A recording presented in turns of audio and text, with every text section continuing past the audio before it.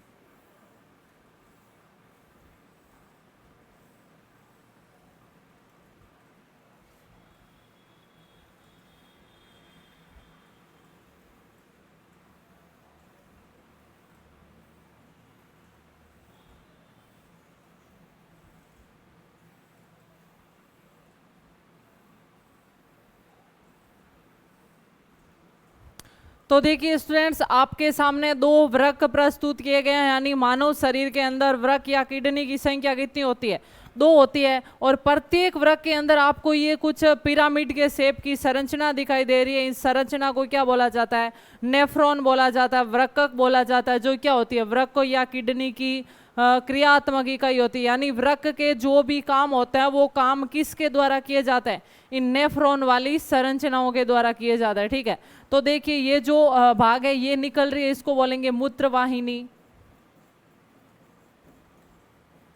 ये आपके वृक्क, और वृक्क में क्या पाए जाते हैं, नेफ्रॉन।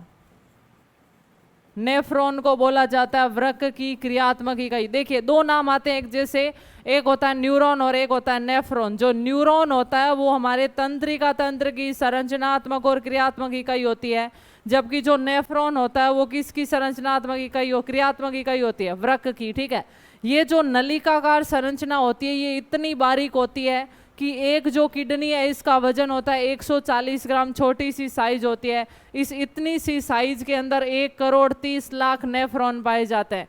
तो सोचिए कि ये जो नलिकाकार संरचना है ये कितनी बारीक होती होगी, ठीक है। तो देखिए वृक्क के बारे में कुछ पॉइंट देखते हैं। मानव शरीर में संख्या कितनी होती है? 2।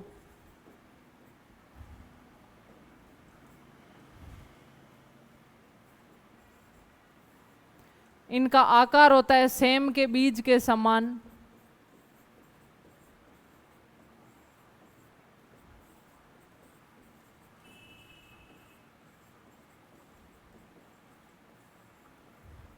इनकी क्रियात्मक इकाई होती है नेफ्रॉन।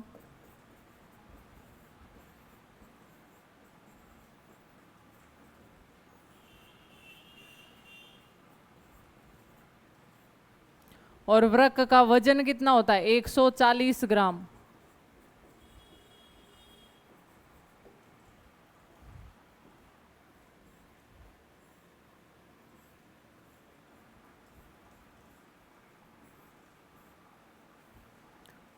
तो कुछ पॉइंट है वृक्क या गुर्दे के बारे में कि मानव शरीर में इनकी संख्या कितनी होती है? 2 होती है। इनका वजन होता है 140 ग्राम। इनका आकार होता है सेम के बीज के समान। और वृक्क की क्रियात्मक इकाई किसे बोला जाता है? नेफ्रॉन या वृक्कक बोला जाता है। यानी वृक्क के जो भी काम होंगे, वृक्क का मुख्य रूप से काम क्या होता है? रक्त में से यूरिया निकाल कर रक्त को शुद्ध कर देना और इस यूरिया के साथ पानी की मात्रा मिलाकर मूत्र का निर्माण कर देना। ये काम किसका होता है? वृक्क का, ठीक है। तो इसको पॉइंट को नोट कीजिए। फिर कुछ और पॉइंट देखते हैं हम वृक्क या किडनी के बारे में।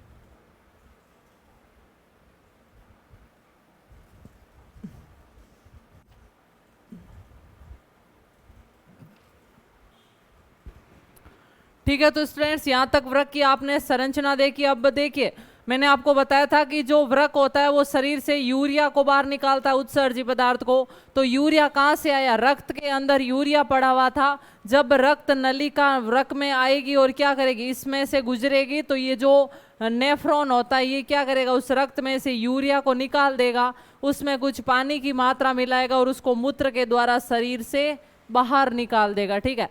अब रक्त को शुद्ध करने की प्रक्रिया किसके द्वारा होती है? किडनी या गुर्दे के द्वारा। यानी रक्त को पूर्ण रूप से शुद्ध तभी माना जाएगा जब उसमें से क्या निकल जाएगा? यूरिया। और रक्त में से यूरिया को निकालने का काम कौन करता है? वृक्क या किडनी करती है, ठीक है। तो देखिए इसमें नेक्स्ट पॉइंट, वृक्क द्वारा रक्त के शुद्धिकरण की प्रक्रिया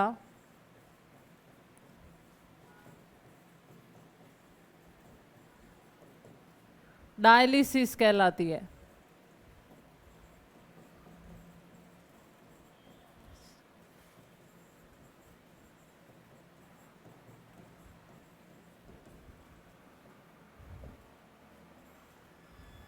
तो ध्यान रखना, डायलिसिस किसे बोला जाता है? वृक्क द्वारा रक्त को शुद्ध करने की प्रक्रिया क्या कहलाती है? डायलिसिस कहलाती है, ठीक है। अब देखिए ये जो वृक्क के अंदर रक्त को शुद्ध करने का काम कौन करता है? नेफ्रॉन करता है, नहीं करता है? इसलिए जो नेफ्रॉन को क्या बोला जाता है? वृक्क की क्रियात्मक इकाई कहा जाता है, ठीक है। अब देखिए हम देखते हैं सबसे पहले वृक्क के जो अलग अलग भाग है। देखिए मैंने आपको संरचना बना के बताया था, वापस देखिए।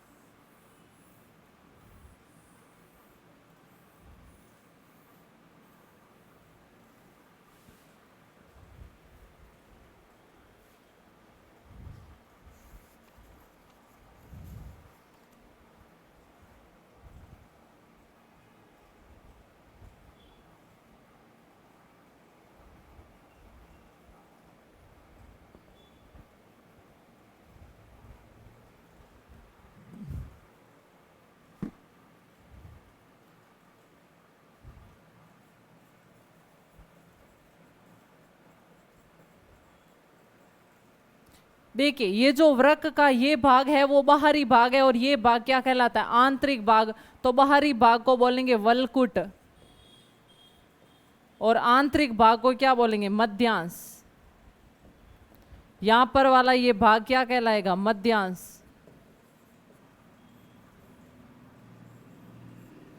ठीक है। देखिए ये बीच का खाली स्थान जहां पर है वो नेफ्रॉन नहीं पाए जाते हैं, उनको बोला जाता है बर्तीनी के स्तंभ।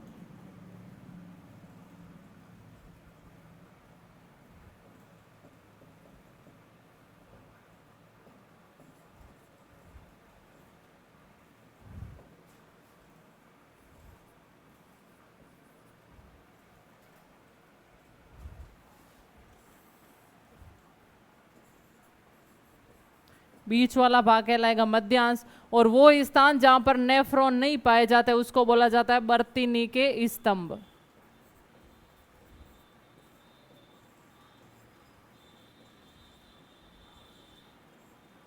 ठीक है। उसके बाद ये वाला भाग कहलाता है आपके पेल्विस।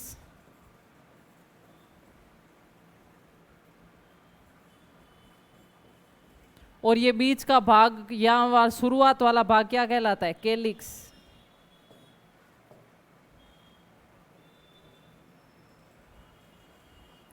यहां का जो भाग है वो कहलाएगा केलिक्स।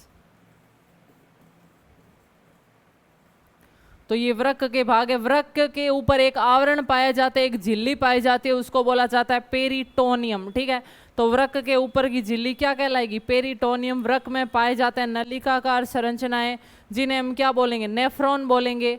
ये संरचनाएं कहलाएगी आपके नेफ्रॉन। वृक्क का जो बाहरी भाग होता है उसको बोला जाता है वल्कुट या कोर्टेक्स और जो आंतरिक भाग होता है उसको बोला जाता है मध्यांश या मेडुला। बीच का वो स्थान जहां पर नेफ्रॉन नहीं पाए जाता है उसको क्या बोला जाता है, बर्तीनी के स्तंभ बोला जाता है। और ये वाला बीच वाला भाग कहलाता है जहां पर नेफ्रॉन कंप्लीट होते हैं, उनको बोलेंगे पेल्विस। और बिल्कुल ये जहाँ से मूत्रवाहिनी निकलती है शुरुआती भाग, मुंह वाला भाग वृक्क के, उसको हम क्या बोलेंगे, केलिक्स। और इसमें से क्या निकलती है, मूत्रवाहिनी। मूत्रवाहिनी के द्वारा मूत्र ले जाकर मूत्राशय के अंदर, यूरिनरी ब्लैडर के अंदर डाला जाता है। ठीक है। अब देखिए प्रत्येक वृक्क के अंदर रक्तवाहिनियां आती है और जाती है। सीरा और धमनी नाम की दो जो रक्तवाहिनियां होती है जो रक्त लाने और ले जाने का काम करती है। तो देखिए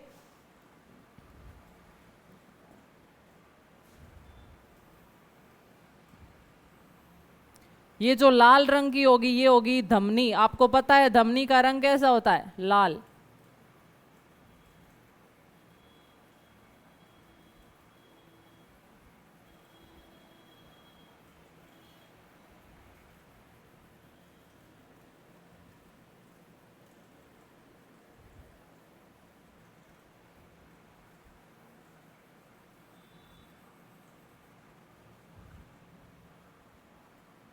जबकि जो सीरा होती है वो कैसी होती है, सीरा होती है बैंगनी रंग की।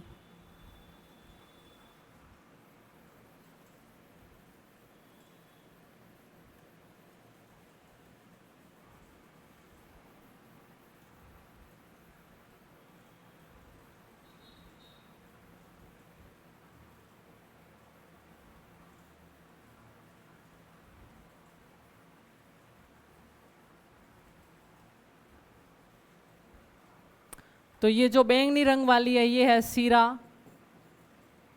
और जो लाल रंग की है वो है धमनी।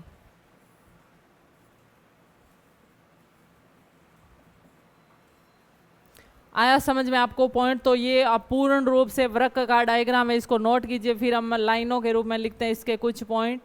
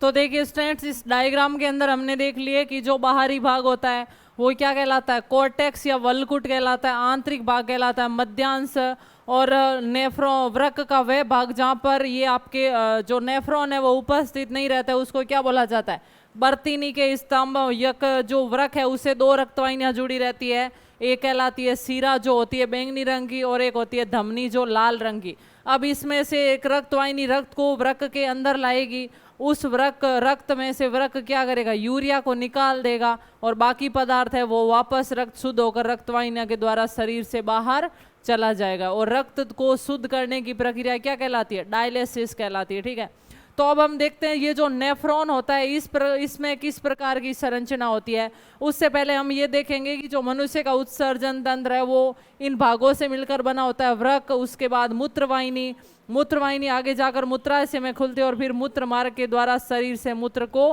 बाहर उत्सर्जित कर दिया जाता है। तो ये पॉइंट देखते हैं हम नेक्स्ट।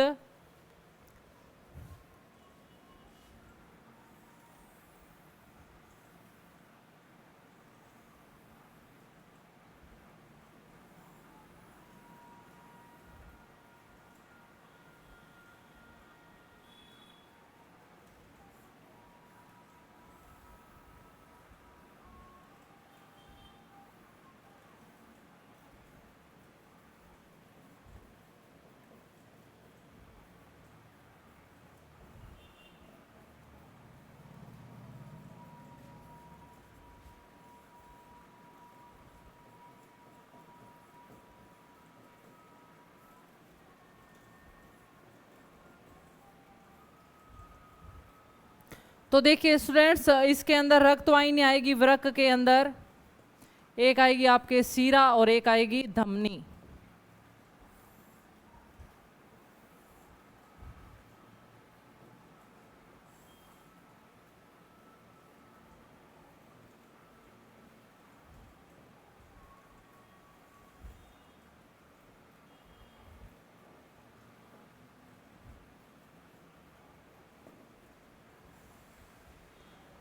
देखिए सबसे पहले क्या होगा कि ये रक्तवाहिनी रक्त को लेकर आएगी किसके अंदर, किडनी या वृक्क के अंदर लेकर आएगी। इस रक्त के जो अंदर यूरिया है उसको वृक्क के जो नेफ्रॉन है वो क्या करेंगे, यूरिया को निकाल लेंगे और वापस शुद्ध रक्त को शरीर के अंदर भेज देंगे। यानी जो सीरा लेकर आ रही है उसके अंदर अशुद्ध रक्त है जिसमें यूरिया ज़्यादा बढ़ा हुआ है, और फिर जो धमनी रक्त लेकर जाएगी वो शुद्ध हो जाता है, यानी उसमें से यूरिया है वो हट जाता है। ये अंदर काम किसके द्वारा किया जाता है, अंदर ये काम किया जाता है नेफ्रॉन के द्वारा।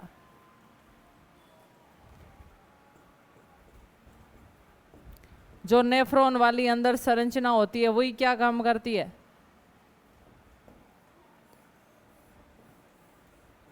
रक्त को शुद्ध करने का काम करती है। अब इस नेफ्रॉन ने रक्त को शुद्ध कैसे किया वो प्रोसेस हम आगे देखेंगे। पहले हम एक बार मोटे रूप में देख रहे हैं कि क्या क्या प्रोसेस होता है। तो देखिए सबसे पहले रक्तवाहिनी आई रक्त को लेकर किडनी के अंदर, किडनी ने क्या किया, उस रक्त में से यूरिया को निकाल लिया। ये काम किसने किया, किडनी के नेफ्रॉन ने किया था। इसीलिए तो नेफ्रॉन को क्या बोला जाता है, किडनी या वृक्क की क्रियात्मक इकाई बोला जाता है, क्योंकि सारे काम यही करती है। फिर क्या हुआ, यूरिया निकाल दिया, तो यूरिया तो निकल कर जो नेफ्रॉन था ना उसने क्या कर दिया, रक्त में से यूरिया को निकाला तो रक्त हो गया शुद्ध, वापस रक्त चला जाएगा धमनी के द्वारा, सीरा के द्वारा या धमनी के द्वारा चला जाएगा। लेकिन यहाँ पर जो यूरिया निकला उस यूरिया के अंदर नेफ्रॉन ने क्या किया, कुछ पानी की मात्रा मिलाई, और जब यूरिया और पानी मिलता है तो मूत्र का निर्माण हो गया, और इस मूत्र को इसने क्या किया, यहाँ से बाहर उत्सर्जित कर दिया मूत्र नलिका के द्वारा। अब दोनों मूत्र नलिका है वो वृक्क से निकलेगी और मूत्र को लाकर कहाँ पर डाल दिया, मूत्राशय के अंदर।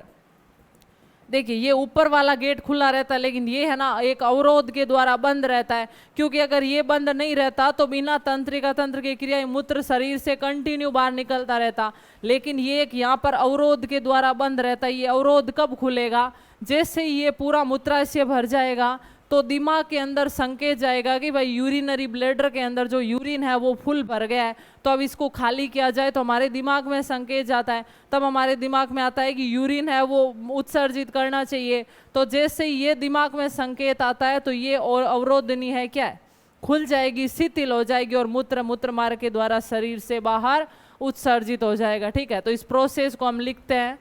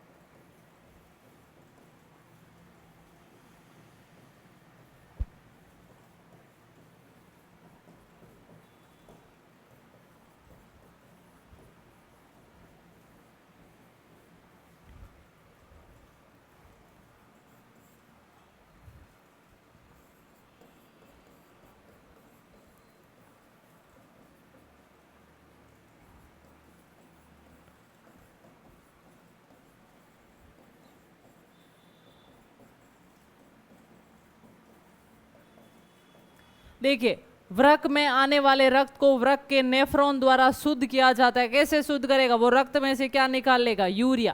फिर नेक्स्ट है, नेफ्रॉन द्वारा रक्त में से जो यूरिया निकाला जाता है उसका क्या किया जाएगा? उसका मूत्र बनाया जाएगा। कैसे बनाया जाएगा? उसमें कुछ पानी की मात्रा को मिलाकर। तो देखिए, नेफ्रॉन द्वारा रक्त में से जो यूरिया निकाला जाता है उसमें कुछ पानी की मात्रा मिलाकर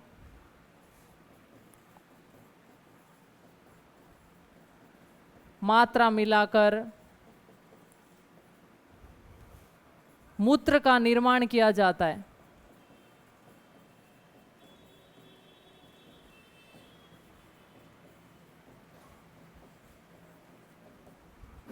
यह मूत्र मूत्रवाहिकियों द्वारा या मूत्र नलिकाओं द्वारा मूत्राशय में डाल दिया जाता है।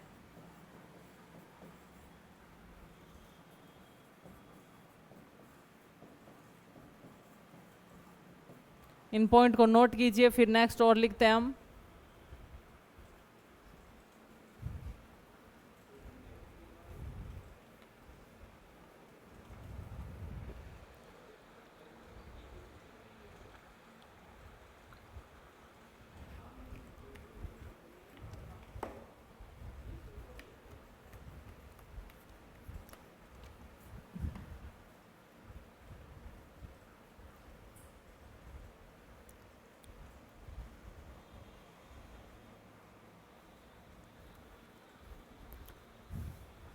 तो मूत्र नलिकाओं द्वारा मूत्राशय में डाल दिया जाता है। अब नेक्स्ट पॉइंट हम देखते हैं।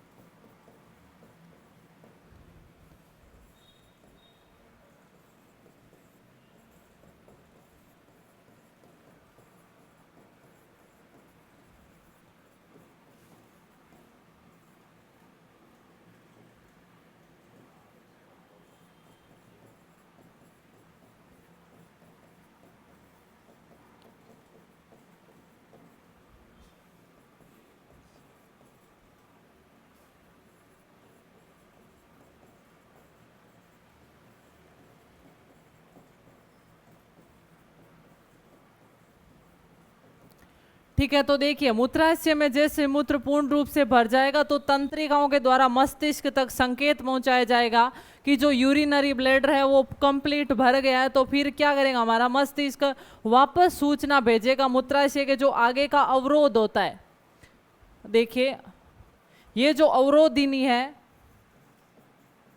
ये वैसे तो बंद रहती है, लेकिन जैसे ही मस्तिष्क से संकेत आएगा ये थोड़ी सी ढीली हो जाएगी और ये मूत्र निकल कर मूत्र मार्ग में चला जाएगा और जहां से शरीर से बाहर है वो उत्सर्जित कर दिया जाता है। ठीक है, इस डायग्राम को आप स्क्रीनशॉट ले लीजिए या नोट कर लीजिए, फिर नेक्स्ट वो पॉइंट मैं आपको बताती हूँ, नोट कर लीजिए।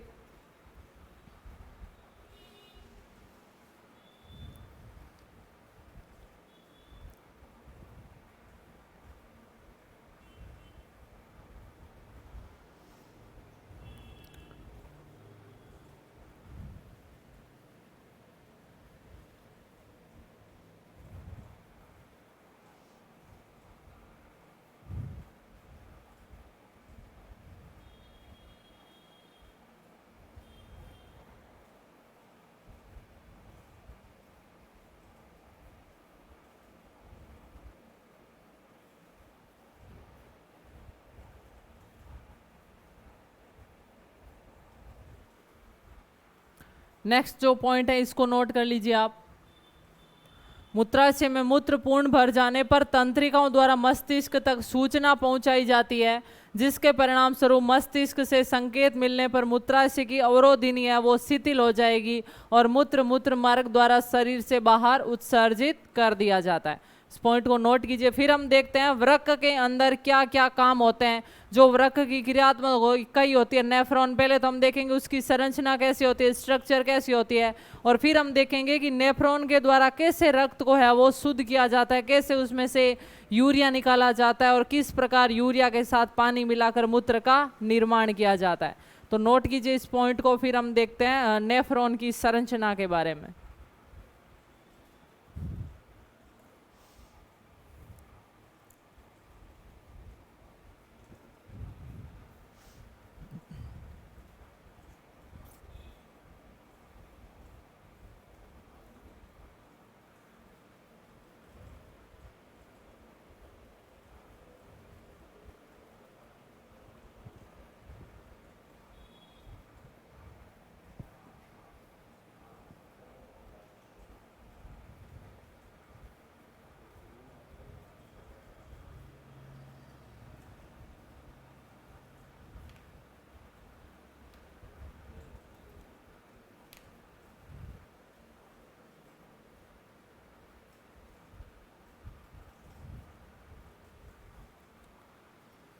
तो देखिए स्टूडेंट्स, नेक्स्ट हम देखते हैं नेफ्रॉन की संरचना किस प्रकार की होती है।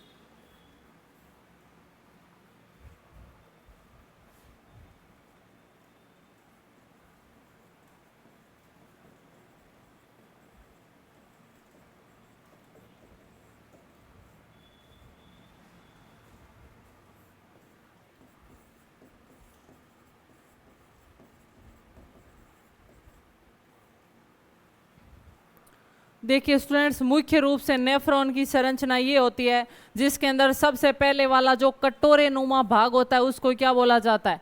बोमेन संपुट बोला जाता है। उसके बाद दो प्रकार की नलिका होती है, एक तो समीपस्थ नलिका, एक दूरस्थ नलिका।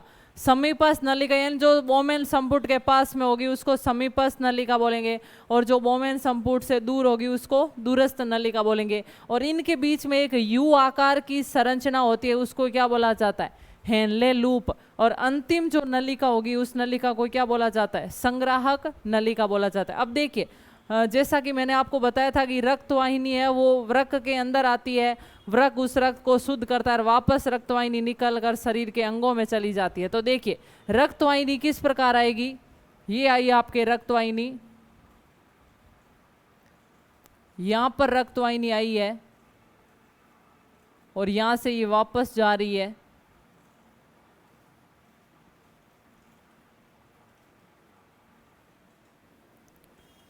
देखिए स्टूडेंट्स, ये जो रक्त वाहिनी आ रही थी इस रक्त में क्या क्या था? इसके अंदर थी रक्त की प्लाज्मा, आरबीसी, डब्ल्यूबीसी, प्लेटलेट्स और यूरिया, ये सब था इस रक्त के अंदर। और ये आने वाली है इसलिए इसको बोला जाता है अभिवाही रक्त वाहिनी। आने वाली अभिवाही और वापस जाने वाली को क्या बोला जाता है? अपवाही। ठीक है, इसके अंदर जो रक्त बह रहा है ये इस प्रकार का रक्त बह रहा है, यानी ये तो लाल रंग की दिखाई दे रही है, ये क्या है? आरबीसी है। आरबीसी इसमें से नहीं छनेगी, यहां पर छनता है रक्त का प्लाज्मा जो हल्के पीले रंग का होता है।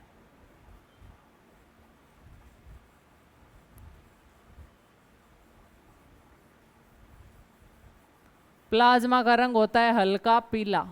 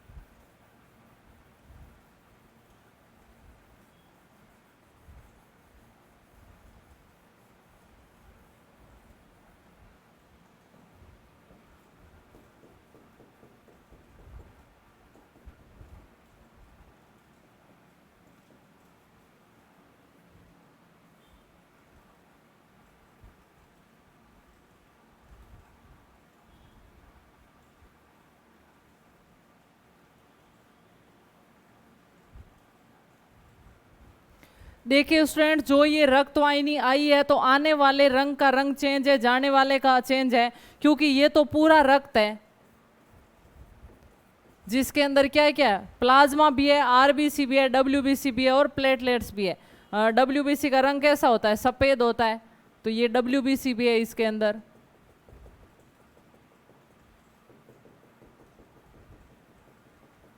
और जाने वाले में भी क्या होगी? डब्ल्यूबीसी होगी। ठीक है, और कुछ रंगहीन कणिकाएं भी होती है जिनको हम क्या बोलेंगे? प्लेटलेट्स भी है इसके अंदर। लेकिन सिर्फ पीले वाला पदार्थ नहीं है, यानी क्या नहीं है? प्लाज्मा नहीं है, क्योंकि प्लाज्मा है वो यहाँ पर छन गया। आपको पता है कि जो यूरिया रहता है, जो भी एक्स्ट्रा मटेरियल रहता है वो किसके अंदर घुले रहता है? रक्त के प्लाज्मा में घुले रहता है। तो हमें यहाँ पर प्लाज्मा को छानना है, रक्त कणिकाएं नहीं छनेगी, क्योंकि यहाँ पर जो छिद्र है ना वो बिल्कुल बारीक छलनी है। जहाँ से होकर रक्त है वो नहीं छन सकता, पूरा जो सिर्फ लिक्विड पार्ट है वही छनता है, तो इसके अंदर प्लाज्मा छन जाएगा। और प्लाज्मा की प्रोटीन भी नहीं छनेगी, क्योंकि प्रोटीन के कण होते हैं वो बड़े होते हैं। तो ध्यान रखना, जो आने वाला पूरा रक्त था जिसमें क्या क्या था, रक्त कणिकाएं थी, आरबीसी, डब्ल्यूबीसी, प्लेटलेट्स, और रक्त का प्लाज्मा था, और प्लाज्मा के अंदर यूरिया घुला हुआ था, कुछ लवण घुले हुए थे, प्लाज्मा की प्रोटीन घुली हुई थी। तो यहाँ पर जो भाग छनेगा उसके अंदर क्या क्या होगा, देखिए यहाँ पर जो भाग छना है उसके अंदर प्लाज्मा की प्रोटीन को छोड़कर प्लाज्मा की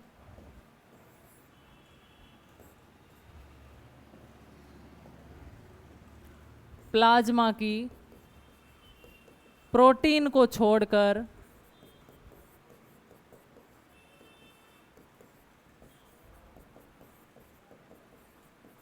शेष प्लाज्मा छन जाता है, शेष प्लाज्मा छन जाता है।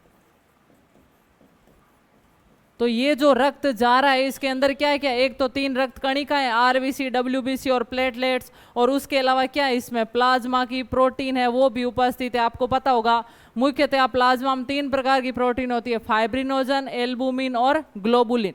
तो वो प्रोटीन भी वापस चली जाएगी, आरबीसी भी जाएगी, डब्ल्यूबीसी भी जाएगी, प्लेटलेट्स भी जाएगी, लेकिन यहाँ पर क्या छन रहा है, प्लाज्मा छन गया, इसलिए पीला रंग यहाँ निकल रहा है, बाकी पदार्थ है वो चला गया है। ठीक है, तो ये इस प्रकार ये संरचना है आपके नेफ्रॉन की। अब ये रक्त वाहिनी क्या करेगी, जाएगी नहीं, वृक्क से बाहर नहीं जाएगी, क्योंकि आपको पता है आपको रक्त में से सिर्फ यूरिया निकालना है, ना कि पूरा प्लाज्मा ही निकाल लिया।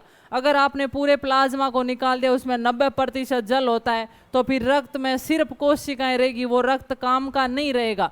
तो ये रक्त वाहिनी क्या करेगी, वापस जल को लेने के लिए इनके बार बार वापस चक्कर लगाएगी, और चक्कर लगाएगी तो ये जो नलिका है, ये यहाँ से जो पानी है प्लाज्मा इधर से जाएगा, तो इस प्लाज्मा में से खींच खींच के किसके अंदर डाल देगी, रक्त वाहिनी के अंदर। तो देखिए रक्त वाहिनी वापस कैसे घूमती है,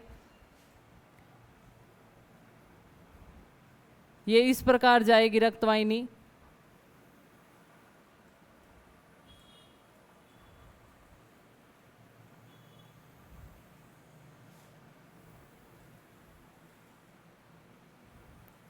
और फिर शरीर से बाहर, वृक्क से बाहर निकल जाएगी।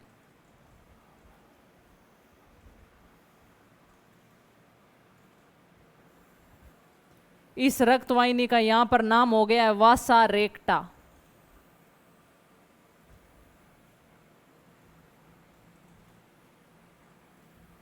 और जैसे ये यहाँ पर जाएगी, इसके अंदर वापस पूरे रक्त के घटक आ जाएंगे। सिर्फ क्या नहीं आएगा, यूरिया नहीं आएगा, क्योंकि उसको तो हमें अलग ही करना था। बाकी पूरे रक्त के घटक यहाँ पर आते आते कंप्लीट हो जाएंगे। तो यहाँ पर इस रक्त वाहिनी का नाम क्या हो गया है, वासा रेक्टा।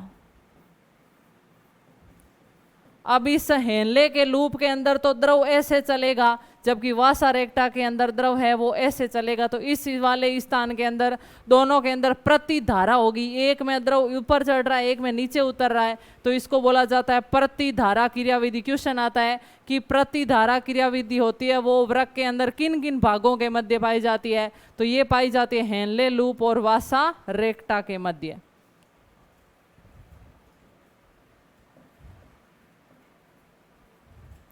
तो ये आपके नेफ्रॉन की एक इस प्रकार की संरचना होती है, मोटे मोटे रूप में मैंने आपको बताया। तो यहाँ तक नोट कर लीजिए, बाकी इसका जो पूरा विस्तार से वर्णन है, कौन सा भाग क्या काम करता है, कैसे रक्त का छानना किया जाता है, कैसे उसमें से यूरिया निकाला जाता है, वो पढ़ेंगे हम नेक्स्ट क्लास के अंदर। तो यहाँ तक की थी स्टूडेंट्स आपकी क्लास, नोट कर लीजिए, इसको मिलते हैं नेक्स्ट क्लास के अंदर। Thank you so much.